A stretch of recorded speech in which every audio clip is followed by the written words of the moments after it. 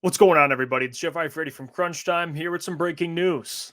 Former Lions wide receiver Josh Reynolds has officially signed with a team, and that team is the Denver Broncos. Adam Schefter put it out a couple of minutes ago. He writes here, former Lions wide receiver Josh Reynolds is signing a 2-year deal worth up to $14 million with the Denver Broncos, per source. Now, this doesn't necessarily come as a shock. I mean, we've covered it here on this channel. I know Lions fans have been talking about it. What does Josh Reynolds, his future, look like? And let's not get it twisted. If you disregard, I know it's hard to do, but if you disregard that NFC Championship game, which he had key drops, bad drops. I mean, it was his worst game of the season. He was very reliable. And the Broncos are getting a reliable wide receiver. Now they lost Jerry Jeudy, traded him to the Browns, and they have to figure out who their quarterback's going to be. We'll find out in the draft. But I don't hate this for Denver, and I don't hate this for Josh. Like, I don't know what the money he was being offered was from the Detroit Lions, because Brad came out and spoke to the media yesterday and said that the dialogue between them and Josh Reynolds has still been there. They've been kind of letting him explore free agency. I don't know exactly what the Lions' amount was. I'm assuming it wasn't this, because I'm sure he would have liked to stay in Detroit, but he gets to go to Denver with the Broncos and take a bigger role. So I don't hate it for Josh's career. I love it for the Detroit Lions for a lot of different reasons. One, they re-signed Donovan Peoples-Jones, who I think people are underrating significantly. Like, I think people saw him get traded from the Browns to the Detroit Lions last year at the deadline, and he couldn't fully get implemented into the offense. They were already a well-oiled machine. But don't forget, I mean, Donovan Peoples-Jones' best year, which was 2 years ago, I believe, before Amari Cooper showed up in Cleveland, he had 800-plus yards. Like, let's not forget that. And that's more yards than Josh Reynolds has ever had. Now, it's not a slight at Josh. Like, Josh is a solid wide receiver, too. And I think he's better off as wide receiver 3, but still, he's solid. But I think DPJ can be solid. And I think of course, he can play special teams as well. And they got him on a significantly cheaper deal than they would have had to pay for Josh Reynolds. So I think the Lions will be okay. You have DPJ who can kind of fill that role a little bit. Like, finding a reliable wide receiver, yes, reliability is important, but Lukas brought this up a bunch of times, and me and him are in lockstep. Reliability is something you have. You have Laporta. You have Amon-Ra St. Brown. Those guys are reliable. You have Jameson Williams, who's supposed to take the next step this year. So the need for Josh Reynolds, to me, wasn't enough to go out and hey, Josh, whatever you need, $7 million, we'll pay it.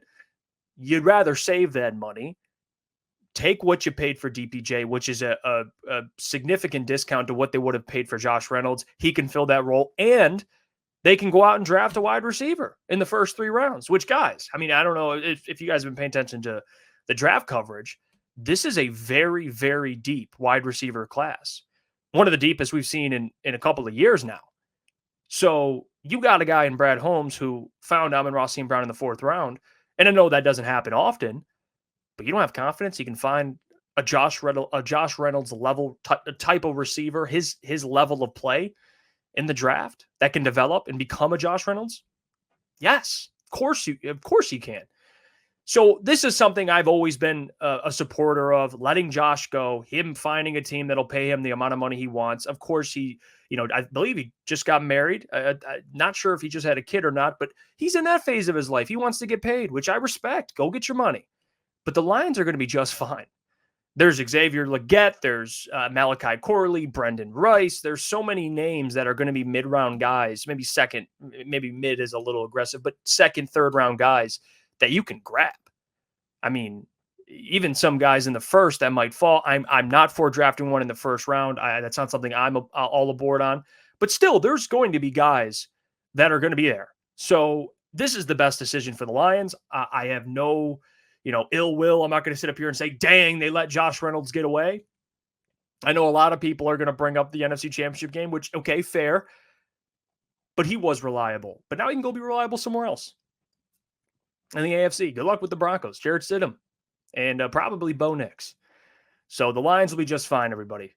And I do think this means Brad is going to take a wide receiver at some point. I wouldn't put all my eggs into the Antoine Green basket To be honest with you, I don't know what he's going to turn into. Could be good, but he was a 7th round pick.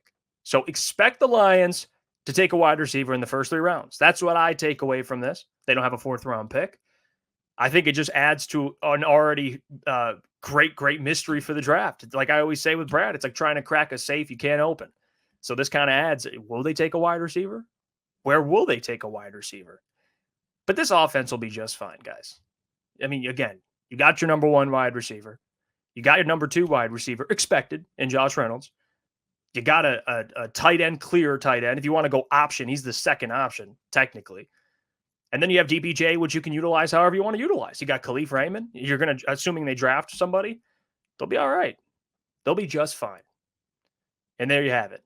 Don't forget, if you enjoyed the content, subscribe if you haven't, and like the video. It does support us. Turn on the notification bell. You get alerted every time we post.